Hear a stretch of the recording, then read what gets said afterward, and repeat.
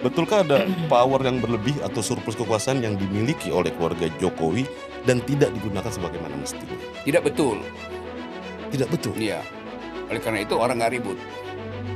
Profesor itu membela metodologi, bukan membela Jokowi, kan ngaco kan. Masa tugas profesor sebagai guru besar membela metodologi, membela cara berpikir ilmiah, bukan membela presiden. Itu Profesor Dungu namanya tuh.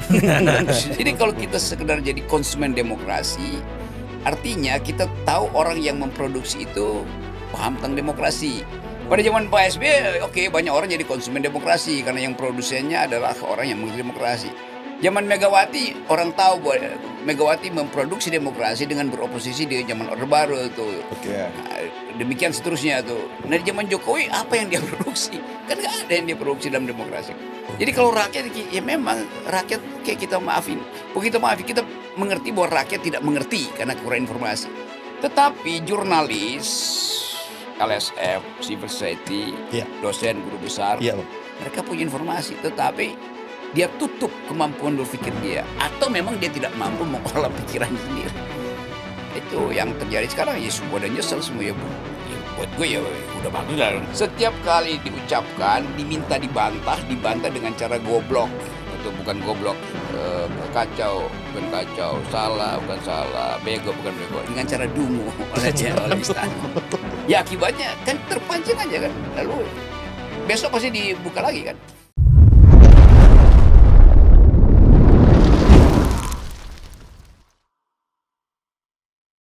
Nah, Bang Rocky Gerung. Halo, Bang. Apa kabar Tom and Jerry? Selamat datang di Keadilan TV, Bang. Thank you. Thank you udah nyempatin waktunya dengan segala Salam kesibukannya. buat Pak Panda. Siap. Nomor video call tadi. Iya betul. Kalau dia nggak video call, gue nggak datang sini. Oke. Oke, Ya. Bang. Kita langsung aja, Bang. Tapi sederhana dulu, Bang. Ini buat teman-teman Keadilan TV. Mungkin ada juga yang udah tahu, ada yang juga belum tahu. Abang sebagai kritikus dan juga pakar di bidang filsafat. Sederhana, Bang.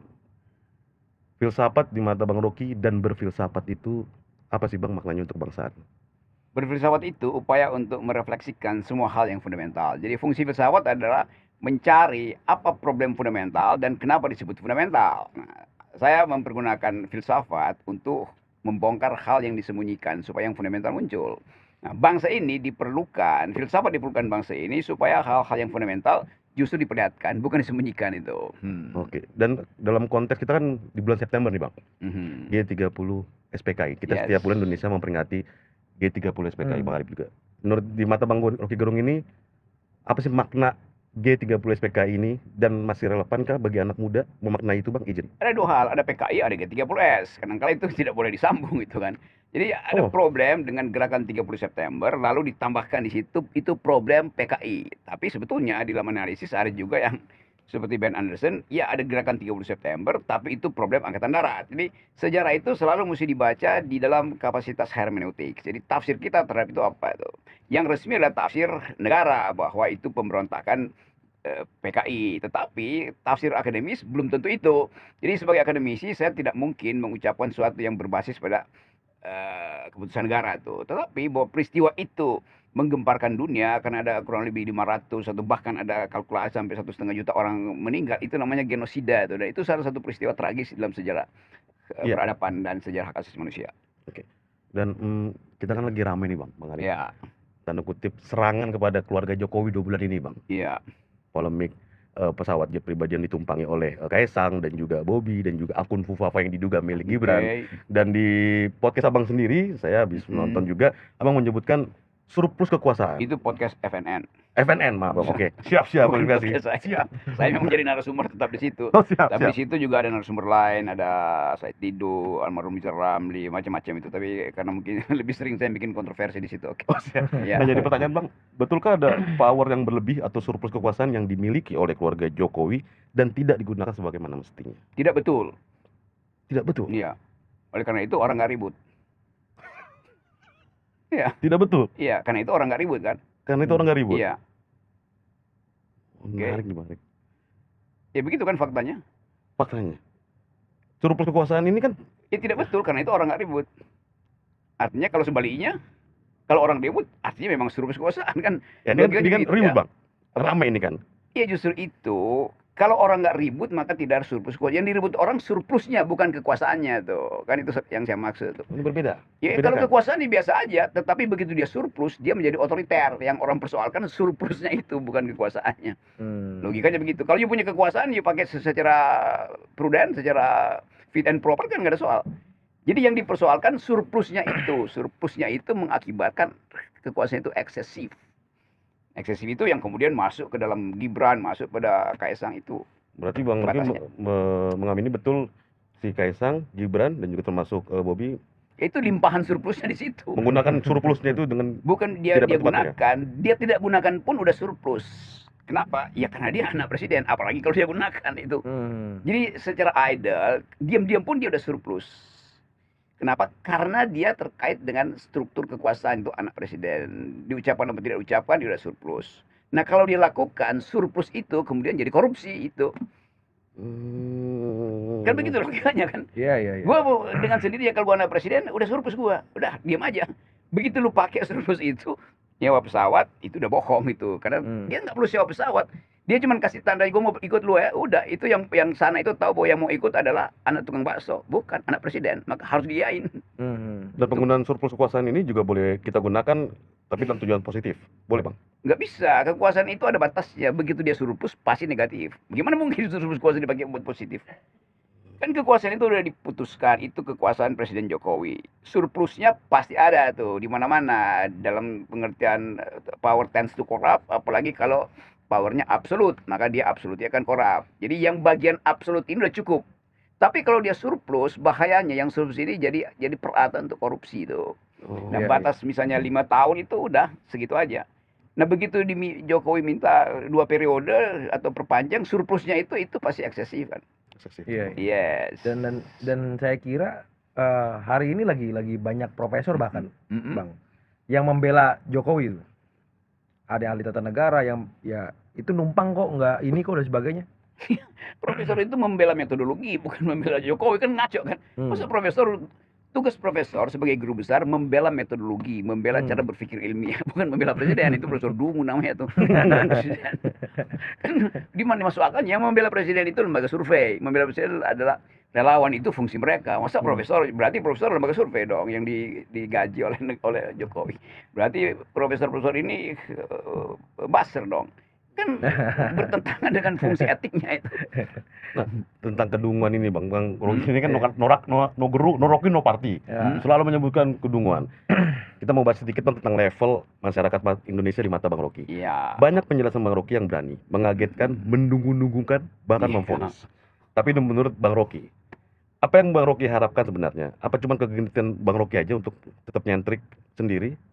Kegenitan Padahal itu. Bang Rocky kan udah ngomong tuh IQ Indonesia itu kan di level 70 bahkan Iya, di bawah benar. Asia. Iya, bukan gue yang ngomong, itu data Asia begitu. Nah, ada yang menyebut Bang Rocky cuma kegenitan Bang Rocky doang biar nyentrik.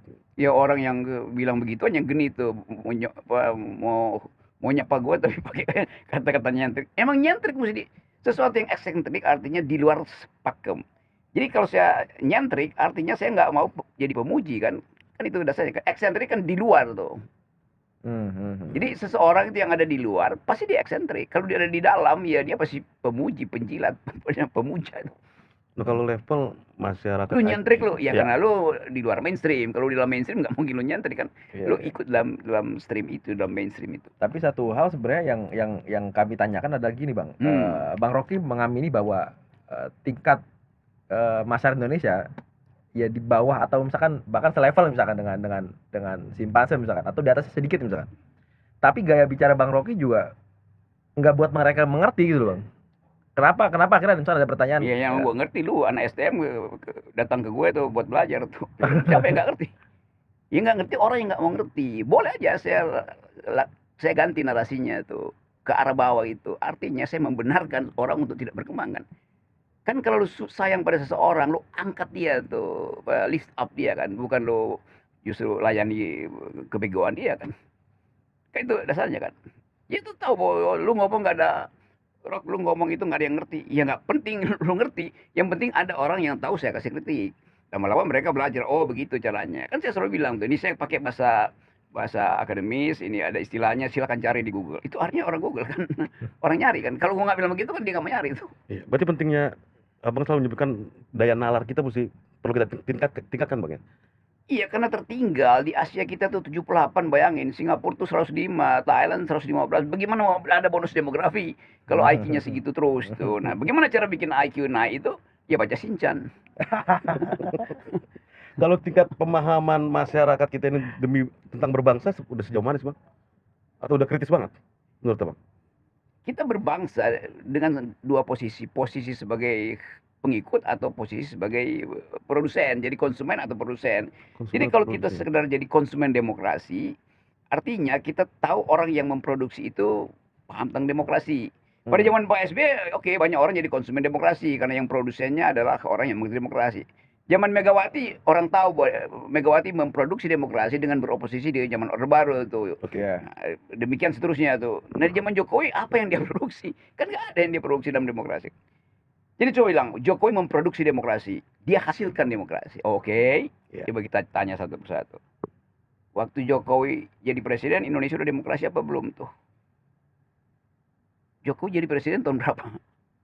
2014. 2014. Iya. Reformasi itu 98. 98.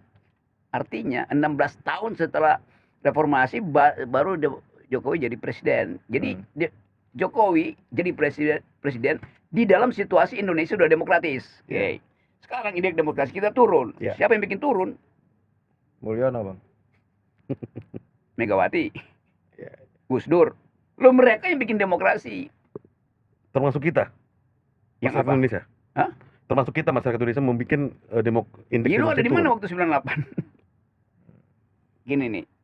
Orde Baru otoriter, kita hentikan itu di 98. Jadi 98 itu era demokrasi, betul nggak tuh? Betul. Oke, dimulai oleh Presiden Habibie itu. Habibie membuat partai hidup lagi itu. Departemen-departemen yang mencegah demokrasi, departemen penerangan dibuat sama Habibie kan. Kan begitu jadinya kan. Gus Dur jadikan Indonesia model demokrasi yang deliberatif. Percakapan demokrasi hidup betul pada waktu itu. Pindah pada Megawati. Megawati mengendalikan politik Indonesia di dalam kondisi sudah demokratis.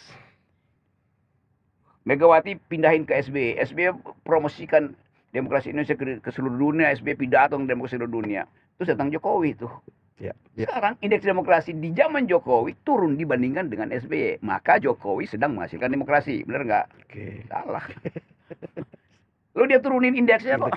Justru menggerus demokrasi. Ini justru itu. Jadi bukan Jokowi sedang membangun demokrasi. Dia sedang merusak demokrasi. Kan itu datanya kan. Lain kalau demokrasi zaman Jokowi indeksnya bagus. Dari demokrasi pergi pada dinasti, baik apa buruk tuh? Nah, itu aja ukurannya. Dan banyak yang soal Jokowi Bang, banyak yang menangisi dan menyesali dulu memilih dan mendukung Jokowi. Dan penyesalan-penyesalan itu menurut Abang karena apa sebenarnya Bang? Tadi agak silo. Okay. Kenapa? Banyak yang menyesali dan menangisi dulu mendukung Pak Jokowi. Ya orang dungu aja yang nangis kan. Kalau rakyat biasa, memang mereka kekurangan informasi. Mereka terpukau dan terpikat dengan penampilan Jokowi yang seluruh tubuhnya itu hanya ada 200.000 kan. Yang dia pakai kan. Dari sepatu sampai ini 60.000, 50.000, 200.000 yang dia pakai. Anaknya makan roti 400.000 sekarang. Kontras itu dilihat oleh rakyat. Maka rakyat kecewa. Karena rakyat kurang informasi.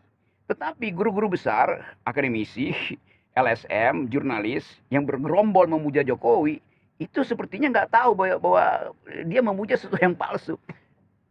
Ya mereka yang sebetulnya nggak punya pengetahuan tentang bahkan membaca bahasa tubuh nggak bisa. Jadi kalau rakyat ya memang rakyat oke, kita maafin. Begitu maafin kita mengerti bahwa rakyat tidak mengerti karena kurang informasi. Tetapi jurnalis, LSM, civil society, dosen, guru besar, mereka punya informasi. Tetapi dia tutup kemampuan berpikir dia. Atau memang dia tidak mampu mengolah pikirannya sendiri. Itu yang terjadi sekarang. Ya semua udah nyesel semua. Ya buat gue ya udah bagus lah. Nggak ada, lu mau nyesel nggak nyesel kan buat urusan gue. Tapi sejak kapan Bang Rocky akhirnya tahu bahwa Pak Jokowi itu hanya itu? Menipu orang, memikat.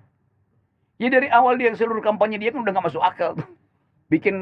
Saya akan bikin 10% growth. Di mana di dunia ada 10% growth itu? Saya akan ciptakan 10 juta lapangan kerja. Di mana? Semua itu kan omong kosong. Oleh karena itu tidak perlu demokrasi, tidak memerlukan oposisi. Semuanya diterangin di awal-awal itu, gue dengerin habis-habisan. Bilang ini orang nggak ngerti berarti. Jadi, dari awal saya tahu ini under capacity itu sebagai ya akan jadi pemimpin. Tapi orang maki-maki gue kan, ya biarin aja lah. Yang penting gue nggak bohongin cara gue berpikir kan. Aku bahkan bilang bajingan tolol, marah satu orang. Memang bajingan tolol. Ya semuanya. Ya memang benar lu Rok. Nggak perlu kalian ada yang datang tuh, yang teman-teman minta maaf Rok, kita yang salah tuh, si bekas dubes ini, bekas komunis itu. Ngapain lu minta maaf ke gue tuh? Lu minta maaf pada kebodohan lu sendiri kan. Ini buat apa? Maaf itu kan kalau ada seseorang minta maaf kalau dia menyakiti kan. Ini urusan publik, kan ada sakit menyakiti. Cuman soal lu nggak cerdas, lu bego, lu dungu. Dan gua nggak kayak lu itu. Kalau gue bilang gue pintar nanti dia marah lagi kan. Padahal memang faktanya dia dungu itu.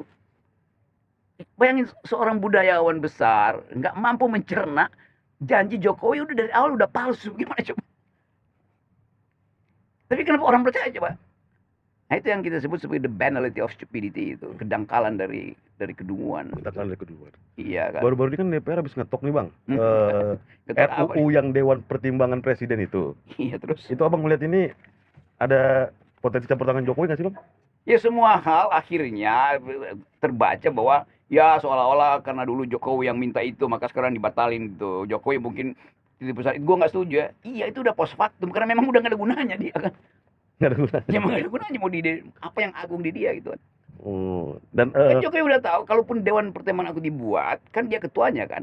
Lalu itu jadi klub presiden tuh. Iya, presiden Makanya klub. akan ada di situ anggotanya adalah Ibu Mega, Pak SBY, Pak Yusuf Kala. Ya mana mau SBY, Yusuf Kala, Megawati dipimpin Jokowi. Jadi Jokowi juga tahu daripada malu sendiri lagi nggak ada yang mau ngikut DP aja. Ya disuruh aja batalin itu, kami tidak setuju tuh. Ya, memang dari awal nggak ada gunanya kan. Dan Rocky percaya Pak Jokowi setelah Lexer balik ke Solo? Bener-bener balik ke Solo? Siapa? Pak Jokowi setelah Lexer nanti? Ya kalau diundang Pak Panda mungkin dia mampir di TV Keadilan. Kita bujuk-bujuk di opung Pan. Bang. Ini masih tentang Pak Jokowi bang. Jadi aku nggak bisa ngebayangin kalau akhirnya kemarin kita manggil Bang Roy. Roy Suryo. Bang Roy Suryo. Oke. Dia menjelaskan soal Fufafa dan sebagainya lah. Yes. Bahkan diyakini 99% itu akunnya Gibran. Mm-mm. Bang Rocky kan kita dengar cukup dekat dengan Pak Prabowo bang. Di mana gue dekat? Nggak ada dekat. Gue tetanggaan aja, rumah saya di Sentul ya 200 meter, itu memang tetangga. Dekat tapi jaraknya lumayan luas. Terus Lanjut Pak. apa? Apa yang akan terjadi menurut Bang Rocky kalau ternyata itu benar gitu milik Gibran gitu? Itu bukan milik Gibran, Fufafa. Bentar bang, akun Fufafa itu bukan milik Gibran. milik netizen sekarang. Netizen kan mencari tahu Iya, kebenaran. netizen yang kuasai akhirnya kan akun itu kan. Kalau milik Gibran kendaliin nggak begitu kan, yang dikendaliin oleh netizen kok. Jadi memang bukan milik Gibran, dia nggak bisa kendaliin kan. Tapi Rosuryo kan di berbagai media di kita juga benar-benar dikulitin bang. Siapanya? Metodologi pendekatannya mengungkap bahwa itu apa yang beliau Iya, ini yakin. baru pertama kali di seluruh dunia netizen itu lebih kuat dari oposisi, lebih kuat dari partai politik, lebih kuat dari Dirjen Pajak gitu. Jadi akhirnya kita tahu bahwa ya apalagi yang mau dibela oleh kekuasaan kalau netizen itu udah punya partai politik sendiri itu. Namanya Partai Fufafa. Iya. Coba, udah 1 bulan isunya tuh naik terus isu itu tuh. Dikendalikan oleh siapa? Oleh netizen. Netizen. Lewat siapa? Lewat Bjorka, kali ketua umum partai. Bjorka. Yang berungkap MPP presiden kita. Itu. Jadi pengertian dasar bahwa isu yang begitu tinggi suhunya itu pasti dikendalikan oleh ya satu waktu mungkin 20 tahun kemudian baru bisa dibuka itu. Wah, ya kan kita bisa bayangkan, bisa sama seperti pertanyaan awal tadi soal G30S PKI itu kan. Ya akhirnya Amerika ngaku bahwa mereka ikut di situ setelah 20 tahun, 25 tahun. File itu dinyatakan declassified itu kan kan CIA kok kayak ini boleh dibuka. Itu sama juga data ini. Ini juga mirip-mirip bang. Ya kira-kira mirip-mirip pelakunya tuh. Dan menurut pengamatan Bang Rocky, andai benar nih Gibran wapres terpilih kita, pemilik akun Fufafa, konsekuensinya dia bagaimana sih bang ke depan ketika menjabat wakil presiden? Iya tanya Pak Prabowo, kan Pak Prabowo yang presiden kan. Atau gini deh bang, Satu tim Diapain? aku pahami gini bang. Jadi Pak Jokowi ini kan selama memimpin mungkin banyak beberapa kasus yang dibiarkan begitu saja. Urusan ijazah, bahkan urusan Fufafa ini sebenarnya mudah aja bang. Ya. Ada BSSN, ada juga di Mabes Polri juga ada, dan Divisi sebagainya. cybernya Tapi ada. seakan-akan enggak. Iya kan, Apa harus nunggu Budi Ari keceplosan lagi dan sebagainya? Ya kan Budi Ari dipaksa untuk bicara. Hmm. Siapa lagi itu? Apa juru bicaranya itu sih? Siapa? Hasan Nasbi. Iya, itu kan disuruh bicara tuh. Jadi dia mesti bicara untuk hal yang tidak bisa dia juru bicarai kan. Iya, Kan jadi konyol kan, Jawa. Ya, kenapa cuman Kaisang yang apa kata si juru bicara ini yang dipersoalkan. Mega juga pakai private jet tuh. Siapa lagi? Yusuf Kala pakai private. Akhirnya dia nggak punya lagi pengetahuan tentang apa yang disebut sebagai pelanggaran etis dasar gitu. Dia cari perbandingan kan, ngaco kan. Iya, iya. Perbandingan. Jadi mencari perbandingan artinya membenarkan itu. Artinya membenarkan. Iya kan dia nggak tahu mau suarakan apa coba. Semua kapasitas kekuasaan tidak bisa lagi menghalangi daya analisis dan daya intip dari netizen. Ya akibatnya ya makin konyol. Mau juru bicara konyol, Menko Info konyol. Kan nggak ada yang ngomong lagi kan coba. Siapa yang ngomong di situ? Kejaksaan apa? Polisi nggak ada yang bisa ngomong kan. Diam artinya setuju. Dia maksudnya setuju. Setuju dengan keadaan itu kan. Artinya Jokowi nunggu ada seorang inisiator untuk membela dia, nggak ada lagi yang ingin membela. Jadi Pak Jokowi memang ya kalau kasus-kasus lain Harun Masiku segala macam mungkin masih bisa dia kendalikan atau apa, dia bisa tuntun itu. Tapi ini sesuatu yang udah jadi talk of the town, jadi pembicaraan publik itu. Nggak bisa kendalikan. Bicara analisis Bang. Nah, Bang Rocky udah baca belum komentar-komentar tweet-tweetnya akun Fafa itu sendiri? Enggak, saya nggak perlu baca. Saya cuma ingin tahu seberapa lama dia bertahan. Dan begitu dia bertahan lebih dari sebulan, itu artinya ada orkestrasi itu. Yang mesti kita bayangkan orkestrasi dari mana? Ya, dari dalam atau dari luar. Pasti ada pertemuan kepentingan dalam dan luar tuh. Menurut Abang dari mana orkestrasinya Bang? Nggak murni netizen. Dari TV Keadilan, karena baru sekarang lu mau tanya-tanya aja. Oh kalau isu itu lebih dari sebulan ada orkestrasi di luar. Itu orkestrasi. Mana ada isu yang begitu bertengger dan makin lama menuju 20 Oktober itu makin tinggi. Yang dicicil kan, menuju coba. 20 Oktober. Ya pasti menuju 20 Oktober. Coba. Setiap kali diucapkan, diminta dibantah dengan cara goblok atau bukan goblok, kacau, bukan kacau, salah, bukan salah, bego, bukan bego, dengan cara dungu oleh istana. Ya akibatnya kan terpancing aja kan. Lalu besok pasti dibuka lagi kan. Banyak data yang tersimpan, yang bahkan ditawarkan kok mau beli namanya rahasia-rahasia presiden. Ya dari mana bocornya? Ya bocor itu ya ada sumbernya tuh. Sumber dasarnya hulu apa hilir. Oke. Dan menjelang 20 Oktober nanti Bang, itu kan peralihan kekuasaan. Menjelang peralihan kekuasaan ini kita mendapat banyak reaksi Bang. Ada yang kemudian membersihkan diri seolah tidak ada kaitannya dengan penguasa sebelumnya. Ada yang tiba-tiba memuji penguasa yang baru. Ada yang wait and see, mengkritisi. Ada yang tidak percaya lagi bahkan. Bagaimana Abang melihat ini Bang? Ya, Abang di posisi mana Bang? Itu kalangan patetik, orang yang nggak bertanggung jawab sebetulnya kan. Waktu dia pilih itu ya dia mesti sampai dia tamat itu dia mesti bersama Pak Jokowi kan. Itu namanya kejujuran orang kan. Jadi bukan dia tinggalkan Jokowi, loh dia pilih dari awal dengan pengetahuan kesadaran. Kalau rakyat ya dipilih karena BLT, boleh aja rakyat pindah-pindah. Tapi tim ini dia mesti sampai akhir dong gitu, tenggelam bersama-sama, itu baru bermutu manusianya itu. Yang dia pilih itu mesti dia pertanggungjawabkan, bukan dia lari dari tanggung jawab itu kan. Jokowi mau tenggelam, ya tenggelam sama-sama dong. Itu yang buat saya lebih busuk mereka ini yang mau melarikan diri dari Jokowi ketimbang Jokowi sendiri itu. Meninggalkan Jokowi kesepian di IKN, meninggalkan Jokowi itu harus bolak-balik cari cara supaya makan malamnya itu tidak terganggu oleh isu Fafa. Kan keluarganya itu kan terganggu kan. Mungkin setiap malam tuh keluarga presiden itu harus ada konsultan untuk kasih Xanax apa Esilgen, obat penenang segala macam. Kan kita mesti bayangkan itu tuh. Keakraban di antara mereka sebagai keluarga itu jadi saling mencurigai. Kenapa sih tiba-tiba pamer di situ? Kamu nggak bilang sama istri kamu kenapa mesti makan lagi gitu? Kan itu jadi rusak keluarganya kan. Nah mereka yang tadinya satu keluarga itu secara extended family itu para pengipas, para penjilat, relawan segala macam, tiba-tiba mau keluar dari situ. Itu namanya ya busuk gitu kan. Jadi tenggelam bareng-bareng. Mending tenggelam bareng-bareng. Iya dong, itu begitu kan. Integritas. Ya itu, orang berintegritas itu kalau dia korupsi dengan cara yang bermutu itu. Jangan minta maaf itu atau minta dikurangi hukuman. Koruptor yang berintegritas, koruptor yang mau menghadapi pengadilan, bukan menjogok hakim. Dia tahu akan ada konsekuensi di pengadilan kok, ngapain dia atau minta maaf dan saya bilang aja memang saya korupsi, saya terima fakta itu kan. Kan itu namanya kejujuran. Termasuk salah satunya yang mungkin Bang Rocky sampaikan adalah PDI Perjuangan, Bang.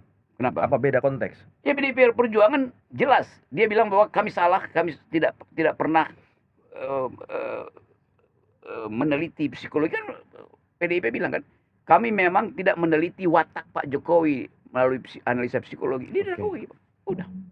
Dan dia bahkan terang-terangan mengatakan ya itu kader kami dan kami tahu bahwa berupaya untuk jadi tiran dan kami cegah, akhirnya lolos tapi dengan sedikit kacauan. Kan Ibu Mega yang mencegah Jokowi berkali-kali, jangan 3 periode, jangan perpanjang masa kekuasaan, jangan taruh Gibran di situ kan. Jadi sinyal PDIP udah ada itu, PDIP bertanggung jawab di situ tuh. Dia tidak ingkari bahwa itu kader dia dan kader yang buruk memang. Udah apa? Dan masalah integritas tadi Bang menyebutkan tenggelam bareng-bareng dong gitu kan. Kira-kira siapa di elit lingkaran Jokowi ini yang menjelang 20 Oktober ini atau setelahnya akan meninggalkan Jokowi totally, Bang? Ya, saya kira bahkan Pak Pratikno mungkin udah siap-siap juga untuk ninggalin. Siapa? Bahkan Pak Pratikno yang paling dekat juga mungkin akan meninggalkan itu karena mungkin Pak Pratikno ya udah, tapi saya masih ada chair, masih ada kursi sebagai profesor di UGM kan. Bisa aja begitu kan pikirannya kan. Jadi kita mau uji juga orang itu. Integritas itu kan bukan ketika seseorang mengkritik orang lain, tapi ketika dia pilih dia mesti bela, itu namanya integritas dong. Oke. Yang udah kabur dari Jokowi kan udah banyak tuh yang tiba-tiba diam-diam ya memang begitu ternyata. Iya dari awal lu nggak pakai otak gitu. Kenapa lu sekali lagi ini elitnya ya bukan rakyat. Rakyat memang dibius oleh BLT, dibius oleh media massa yang dikendalikan oleh istana. Ya rakyat berat, tapi kemudian rakyat juga yang lebih dulu mengenali bahwa ternyata begitu ya. Iya, karena itu olo-olo ada di mana-mana kan. Tapi sebenarnya kan normal aja, Bang. Kalau Presiden lengser habis itu ditinggalkan banyak orang. Seperti Abang sering katakan ada bebek lumpur dan sebagainya. Soeharto sekalipun ditinggal juga sama barisan di awalnya gitu. Iya, peristiwa meninggalkannya karena apa coba?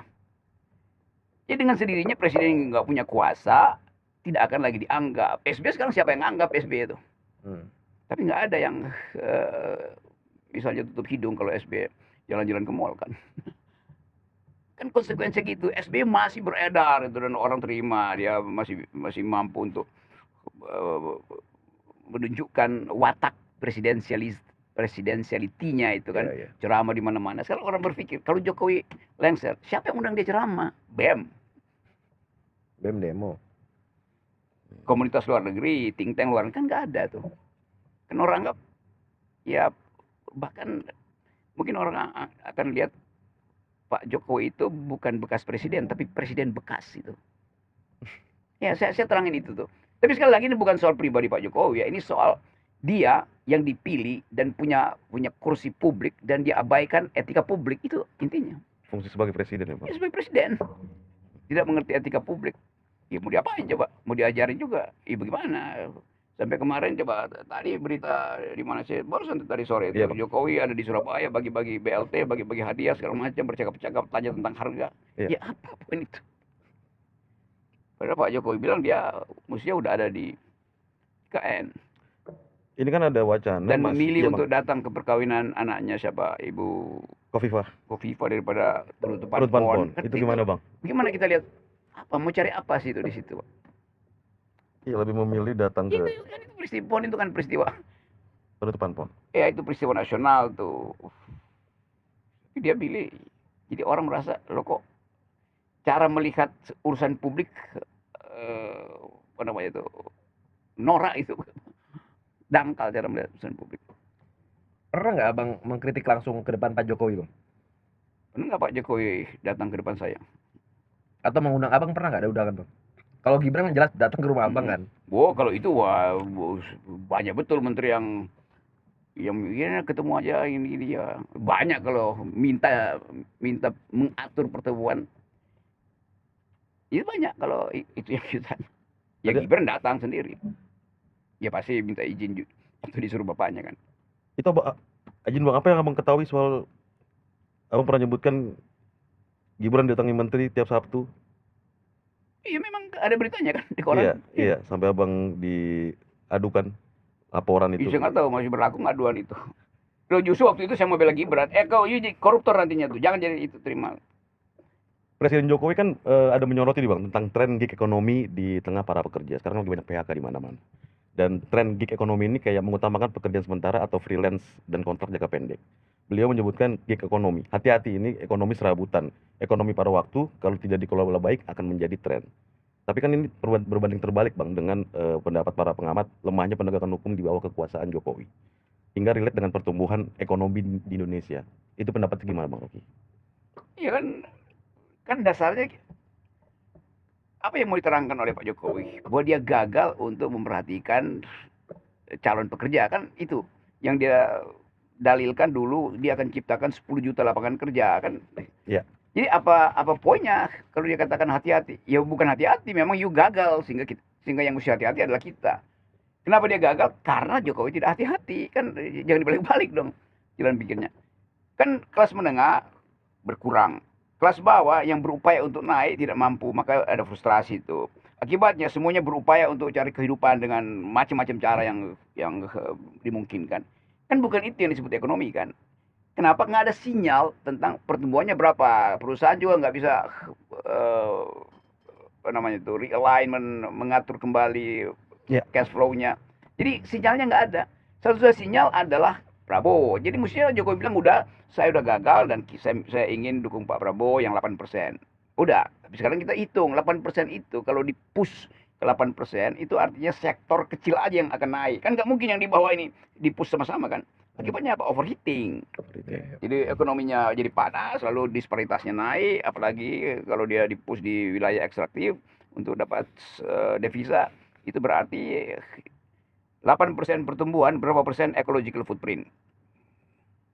Jejak ekologi ya, sebagai hasil dari deforestasi lah, gagal carbon trading. Jadi semua persyaratan kemasukakalan ekonomi dibatalkan oleh kerusakan ekologi. Itu kalau 8%, pasti kan 8% ekonomi dipus 8%. Tapi Pak Prabowo mungkin punya kalkulasi lain kan. Jadi buat apa dengerin Jokowi yang sekedar soal bahaya, apa bahayanya itu? Kan bahayanya ada pada Pak Prabowo, bukan pada dia lagi kan. Iya. Yang diciptakan oleh Pak Jokowi. Iya, yang dia tinggalkan di situ itu mesti diperbaiki oleh Prabowo. Ya Prabowo pasti ya mau diapain?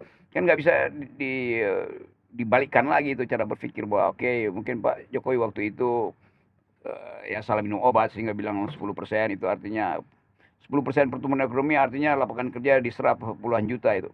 Nah, sekarang per hari ini ada 60 juta potensi pengangguran di 2045 yang mau dicapai dengan cara apa? Ekonomi 8%, ya bisa aja 8% itu 1% pertumbuhan ekonomi nyerap 400.000 lapangan kerja. 8% artinya 3,2 juta cuma yang diserap. Terus yang kira-kira 57 juta mau dikemanain kan? Apalagi disparitas itu pasti Gini rasionya jadi timpang. Ya semua hal yang kita tahu akibat dari pertumbuhan yang dipercepat pasti mesti jadi panas. Ekonomi jadi panas. Iya. Terus kira-kira apa Bang yang Bang Rocky harapkan dari kepemimpinan besok Bang? Ya apa yang akan diucapin Pak Prabowo pada waktu dia pelantikan dan 100 hari pertama programnya kan? Kan semua harapan kita Prabowo hentikan semua bagian yang dia sebut akan diteruskan dari Jokowi. Apa itu kan sampai sekarang keberlanjutan. Iya. IKN misalnya. Iya, IKN sinyalnya begitu. Pak Prabowo mungkin berpikir ya bagaimana mungkin dia berkantor di situ sementara bisnis ada di pusat, orang tetap datang ke Jakarta, dan kelayakan berapa persen sih IKN itu Jokowi bilang 15%. Tapi kalau saya ngomong dengan wartawan asing yang mau trade kiri kanan dan mereka hitung berapa banyak pasir yang udah ditaruh di situ, berapa banyak kerikil yang udah di situ, berapa banyak semen yang udah ditanam, berapa banyak beton yang udah dipakai, ya paling baru 5% yang jadi gitu. Kabinet Zaken ini abang optimis itu akan terjadi Bang? Ya mestinya memang kabinet Zaken, tetapi kan politik Kim itu kan dimulai dengan tukar tambah portofolio politik kan, bukan portofolio teknokrasi kan. Kan kabinet Zaken artinya teknokratik. Jadi tidak diperintah oleh politik tuh. Kapasitis. Ya tapi dari awal ada Kim Plus bahkan tuh. Plusnya aja itu sangat politis kan. Jadi pasti ya mungkin 2-3 yang udah tradisi bahwa teknokrat itu ya Menteri Keuangan, Menteri Ekonomi, ya itu pasti FEUI kira-kira begitu. Siapa lagi coba yang teknokratik? Ya di situ. Tapi juga udah terbaca kan Menteri Keuangan ya dari Gerindra mungkin yang sekarang jadi wakil Menteri Keuangannya. Ya, tidak teknokratik juga kan. Iya. Artinya itu hanya jadi bumbu-bumbu politik aja, Bang. Soal kabinet Zaken. Iya, kalau bumbu masih bagus. Ini apa? Ada juga masakan yang gak enak soalnya, Bang. Ini Ya apa? karena itu kalau dikasih bumbu bagus tuh, bukan bumbunya sebetulnya tuh. Ya eh, bahkan menteri pengen ditambah bang ya. Ya. Menkominfo aja hari ini wamennya ada 2. Yaitu membuktikan, banyak orang yang membuktikan bahwa ini karena menteri yang dapat karena giveaway gitu, Budi Ari. Bukan karena kapasitasnya gitu bang. Ya banyak kan menteri seperti itu kan, dan Iya. mungkin akan jadi 60 menteri plus wakilnya kan. Iya. 60. Itu artinya raksasa. Tapi apa poinnya ditambah nggak ditambah? Kan bagi Pak Prabowo yang penting orang itu bisa dia kendalikan, orang itu pro dia, orang itu. Nah, kalau teknokrat nggak pro Prabowo kan susah. Jadi tetap Pak Prabowo menginginkan ada teknokrat, ada saken, tapi saken yang betul-betul setuju dengan semua. Ya memang akan setuju, tetapi kan sifat kepemimpinan Pak Prabowo kan pasti akan ada hierarki ya, karena biasa span of command-nya lebih disiplin. Jadi nggak mungkin sekedar teknokratik yang dimaui oleh Pak Prabowo. Gitulah. Kim Plus ini softnya bisa apa sih Bang? Akan terus solid? Apa ya? Kim Plus? Ya udah pasti bubar lah sebentar lagi kan. Sebentar lagi. Ya begitu Jokowi makin Jokowi melemah, semakin Kim Plusnya juga hancur kan. Kim Plus kan semacam garasinya Jokowi. Dan tanda-tanda ini juga bisa dikonfirm dari pemecahan di pilkada nggak Bang? Pastilah itu terasa. Di semua sinyal bahwa Kim Plus itu ya sebagai proyek politik sudah selesai. Jadi ketika Jokowi turun nanti ya Kim Plus juga ikut bubar. Dan sekarang juga saya kira udah bubar tuh. Sekarang malah udah bubar. Ya substansinya udah nggak ada kan, Prabowo jadi presiden, apalagi ya semuanya Prabowo plus lah, nggak ada Kim Plus lagi setelah. Iyalah. Nah kan bicara PDIP juga nih Bang, tadi Ya. Abang menyebutkan soal PDIP. Bu Mega kan ada wawancara mau ketemu nih Bang Arif kan, mau Ya, jumpa Pak Prabowo. sama Pak Prabowo, tapi masih simpang siur. Abang mendukung pertemuan ini nggak Bang? Ya pasti, bukan mendukung, pasti akan terjadi kan. Dan apa poinnya yang Abang harapkan dari pertemuan ini? Ya kan Pak Prabowo nyusun portofolio kabinet. Oke. Sekarang Ibu Mega punya kekuasaan mayoritas di DPR. Apa fungsi dari DPR? Mengontrol kabinet yang dibuat Pak Prabowo. Iya. Ya pasti inline di situ Prabowo menginginkan ada semacam kerjasama. Entah itu tacit agreement, perencanaan diam-diam. Tetapi bagi Ibu Mega menyingkirkan atau menghalangi intervensi Jokowi itu lebih penting kan. Jadi bagi Mega kendalikan Jokowi. Itu dasarnya tuh. Baru bicara tentang apa yang bisa dikerjasamakan antara parlemen dan kabinet. Parlemen pasti ada Ibu Mega di situ kan. Apapun PDIP itu adalah faktor yang udah menetap di dalam politik Indonesia tuh. Jadi maksud Abang selama Jokowi itu masih jalan bareng Prabowo, pertemuan ini kan tidak akan terjadi? Terjadi, tapi untuk menghalangi Prabowo, untuk menghalangi Jokowi kan, supaya nggak makin kan Pak Jokowi pasti sangat cemas melihat perkembangan bahwa nggak ada lagi orang yang ingin dekat sehabis-habisnya dengan dia. Itu coba sebutin, relawannya udah hilang, menteri-menteri ya udah ogah-ogahan, dan anggota DPR juga kemarin berapa orang, cuma 40 orang buat pengesahan apa itu yang terakhir itu desain kemarin pagi itu apa ya? Ya. Ya ada yang cuma dihadiri 40 orang. Tapi kan Jokowi ini kan ketua umum Golkar aja menyebut Raja Jawa Bang. Raja Jawa, artinya apa yang kita bilang A, Yang nyebutin bisa siapa? Pak Balil kan bilang tuh, Pak Ya, Jokowi berarti ini Raja Jawa. Pak Balil adalah abdi dalam dong. Atau penekawan kan gitu.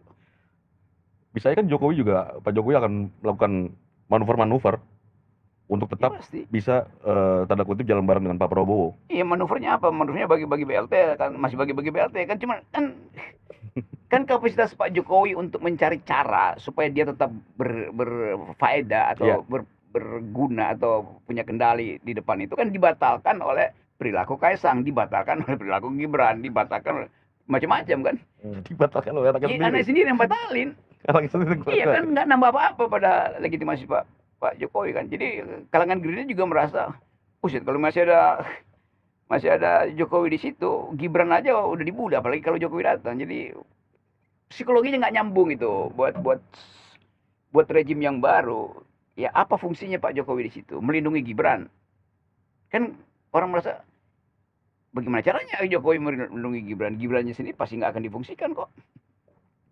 Ada rumor Pasti. juga akun Pufafa ini diviralkan buat upaya Gibran bakal dilantik. Abang itu terlalu ekstrim pendapat itu gimana Bang? Supaya bakal tidak dilantik. Iya. Ya memang tidak boleh dilantik kan.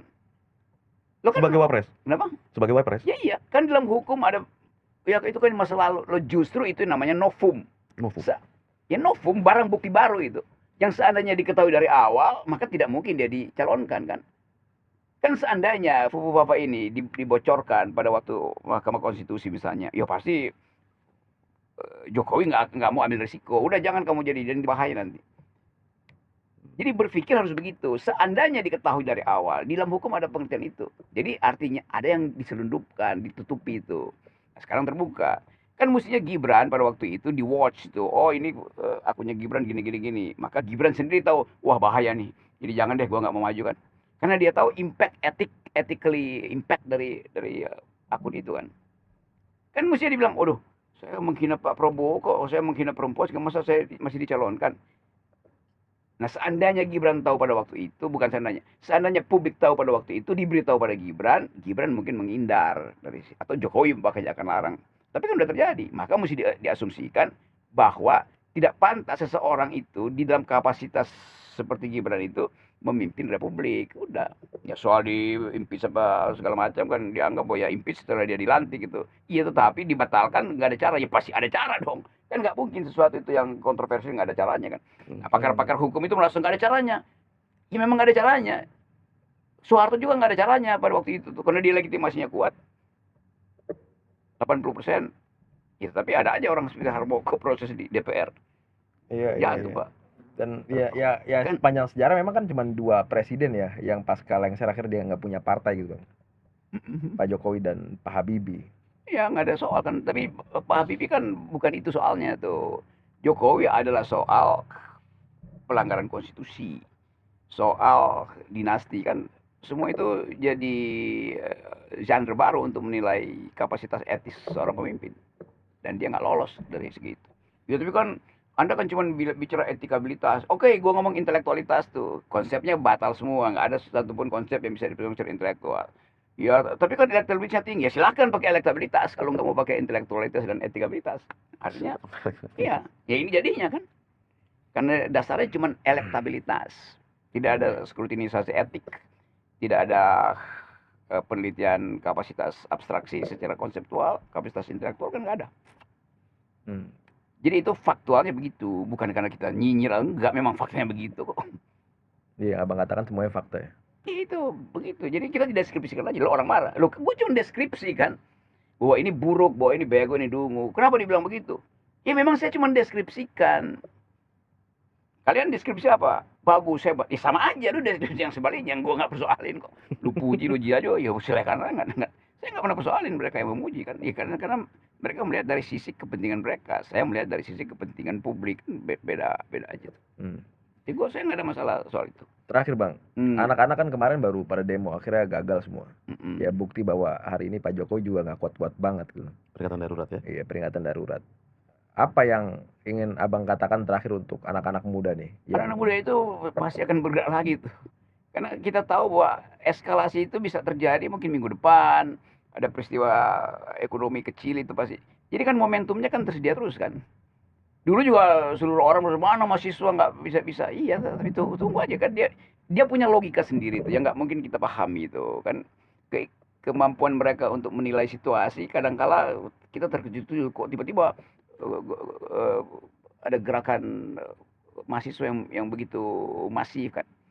Jadi tetap momentum itu kan bukan voluntarisme dari seseorang, tetapi disediakan oleh hukum-hukum sosiologi itu. Jadi hukum-hukumnya ya mungkin belum nyampe tuh. Belum nyampe, maksudnya belum tiba secara lengkap tuh. Yeah. Kan isu tentang Kaisang dan Gibran kan naik terus kan. Iya. Banyak para pengamat yang menyebutkan, saya tanya, mereka selalu konfirm apa yang saya tanyakan bang. Orang bodoh di Indonesia itu dipelihara. Abang juga sama nggak sih tempatnya? Bukan dipelihara. Jadi kalau dipelihara artinya dibiarin bodoh, dimanfaatkan. Oh, lebih ekstrim lagi. Beda dong, dia dimanfaatkan, ketidaktahuan dimanfaatkan, disogok dengan bel, bukan dipelihara. Oleh para penguasa bang? Iya, yang punya ambisi kan dia manfaatin itu kan. Oh, oke, luar biasa. Ini terakhir banget bang, sudah selesai. Apa harapan di pemerintahan Prabowo Gibran bang? Bentar lagi bulan depan udah masuk pelantikan. Berarti akan dilantik dong kalau saya kasih harapan. Ya udah Prabowo-nya aja deh bang. Harapan ke Pak Prabowo bang. Iya, saya harapan itu diletakkan sebagai keinginan atau sebagai perintah gitu. Nggak mungkin kasih perintah. Jadi yang ada adalah harapan dalam bentuk keinginan dan itu nggak efektif. Harapan yang kita maksudkan adalah protes rakyat terhadap apa yang direncanakan tuh. Nah, Pak Prabowo belum mengucapkan apa-apa. Satu-satunya yang diucapkan adalah makan siang itu. Oke, bagus. Tapi kemudian dihitung, mulai sekarang dihitung tuh. Bahwa bisa nggak makan siang itu betul bergizi tuh. Atlet atlet PON aja itu harganya 51, tiba di restoran tinggal 30, tukang masaknya akhirnya yang dia konsumsi tinggal 8.000 perak. Jadi bayangin coba.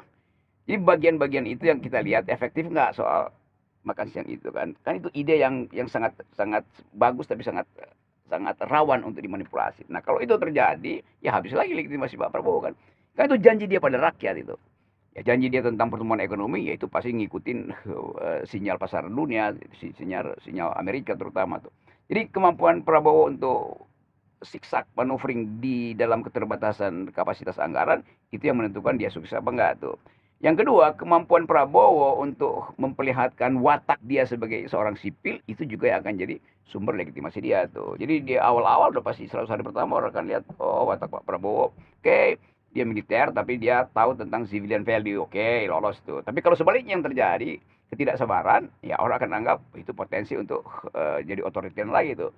Jadi hal-hal itu yang akan kita nilai sebetulnya. Tentu kita ingin supaya Prabowo ya dia udah terpilih sebagai fakta, tetapi di samping dia itu setiap hari selama 5 kali 360 artinya 1.500 tambah 1.800 hari bersama dengan Gibran.